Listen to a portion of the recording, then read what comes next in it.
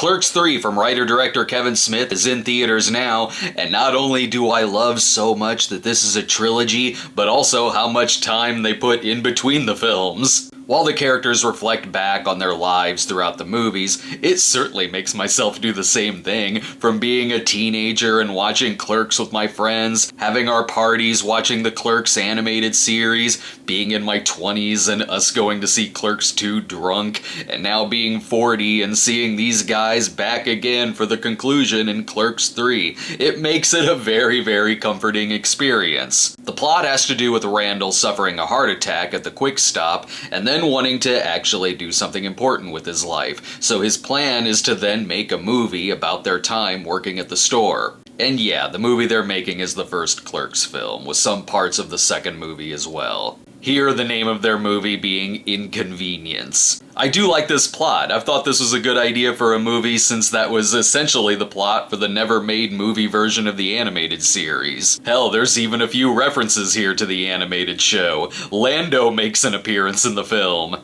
But for a while, a lot of the movie is hit or miss. There are some very funny moments in it, for sure. And most of the meta jokes about them making the movie within the movie do work. After seeing the trailer, I was kind of worried there'd be a little too much of that, but no, they space them out well, and really the jokes like that in the trailer are really among the only ones like that in the film. There is a lot of stuff that lands, especially from Jeff Anderson, who does very well with his emotional arc. Jeff Anderson is just naturally funny, and has always been able to sell a line with just his reactions or his voice, and he does it here too. I like the stuff here with Dante reluctantly going along with Randall's plan, while Randall is completely oblivious to Dante still dealing with a tragedy that happened to him years prior. But there is stuff that doesn't work too well.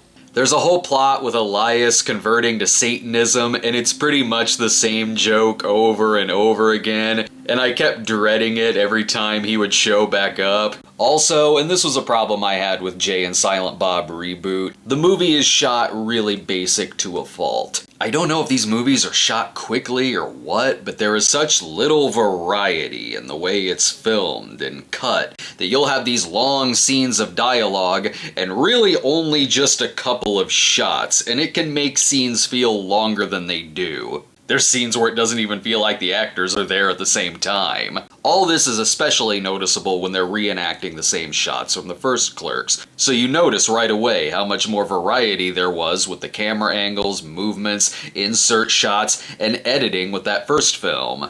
In some cases here, there's acting that's not that good, but a lot of times I didn't have a problem with that, given that this world is very well established. But early on, when they try to do some really dramatic sequences, it is noticeable, such as a scene with O'Halloran at a cemetery. However, that being said, in the third act, he has a drunken, emotional breakdown, and Brian O'Halloran absolutely freaking nails this scene and acts his ass off. In this part, it's some of the best acting I've seen him do. The scene itself is the best scene in the film, because it starts with them filming a scene from Clerks, but there's added context as Dante is speaking out different things he himself is going through, until he just snaps. From that point on, it is a great third act, with a tremendous amount of heart and sadness. The movie isn't afraid to get simultaneously bittersweet and also depressing, and I truly commend it for that. I left the theater in a very positive light and couldn't wait to talk to my friends about it.